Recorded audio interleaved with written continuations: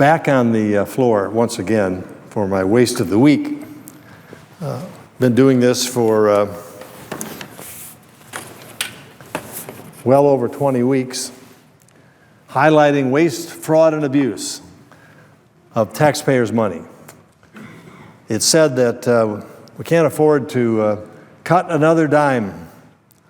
Programs are too important. Well, I question that.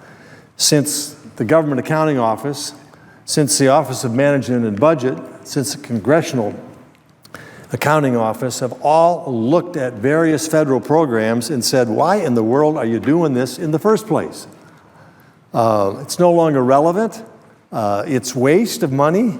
The function's already been taken care of, and so today we're going to highlight yet another situation where this money ought to be going into either higher priority uses, such as Department of Defense or funding soldiers or veterans or something of that need, or not taken from the taxpayer in the first place. And as we document each week, our account keeps growing in terms of money that falls clearly under the category of waste, fraud, and abuse. Now, today's situation is a little bit different because the money is not being spent.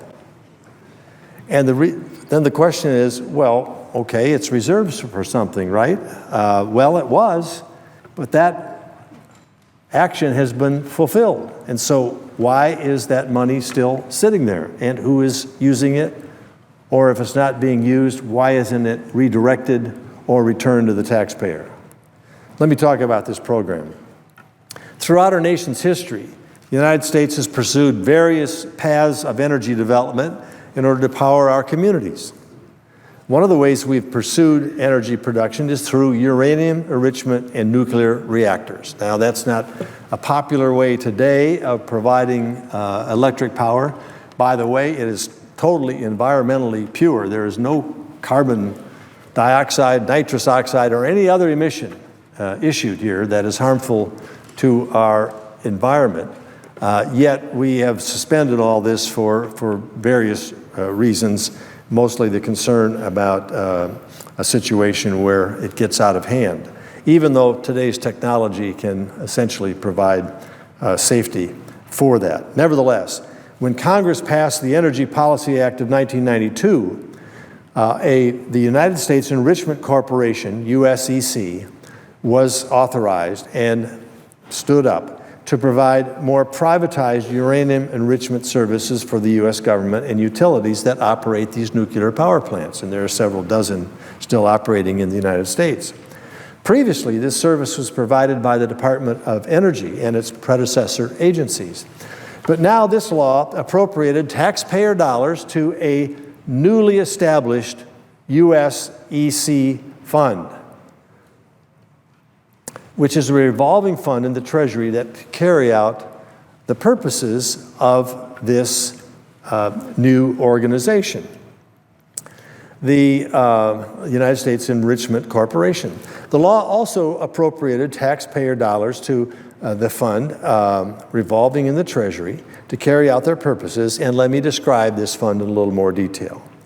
4 years after the creation of the fund, Congress passed the Privatization Act for USEC, which authorized the USEC's sale to the private sector.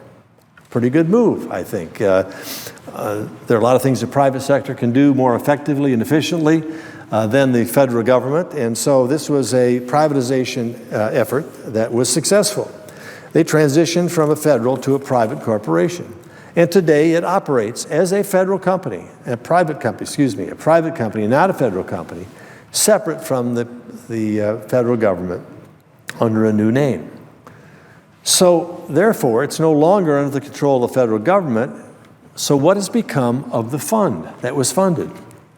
The USEC fund was authorized to pay for the expenses of the USEC's privatization and for the environmental cleanup expense for, quote, disposition of depleted uranium stored at government-owned enrichment plants operated by the USEC.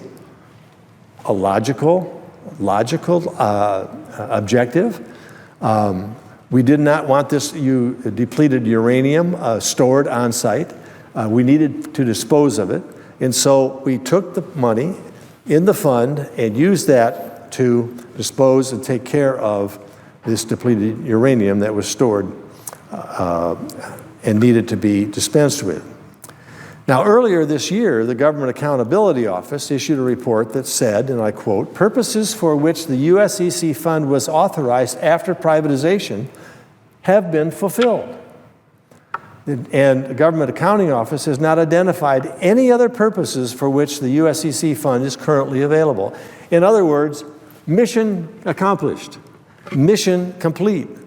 No other use of the fund has been authorized, and so the money is just sitting there. There's a pot of money sitting in the fund that has no federally authorized use. So whatever you want to call it, a zombie fund, a fund that simply has no purpose, its life is over, and yet it lives on.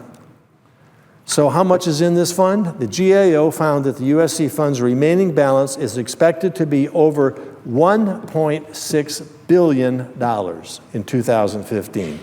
Not exactly small change. And predictably, the Department of Energy says, there's a pot of money. Why don't we use it for something else? Well, it's not authorized for anything else.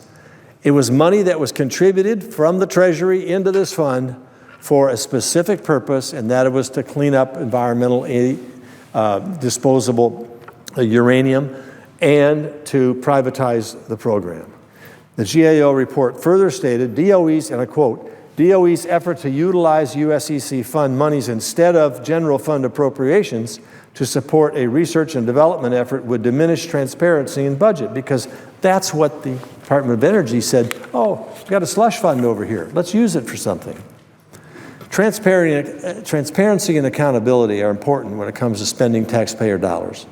And every one of us here in the Senate floor ought to be cognizant and recognize how critical and how important it is to spend taxpayer dollars, hard-earned taxpayers' dollars, to spend it wisely, effectively, and efficiently. And not request it from them if it doesn't have that purpose and achieve that purpose. By the same token, if we have a pot of money, $1.6 billion sitting in a fund that has no authorized use, that ought to be returned.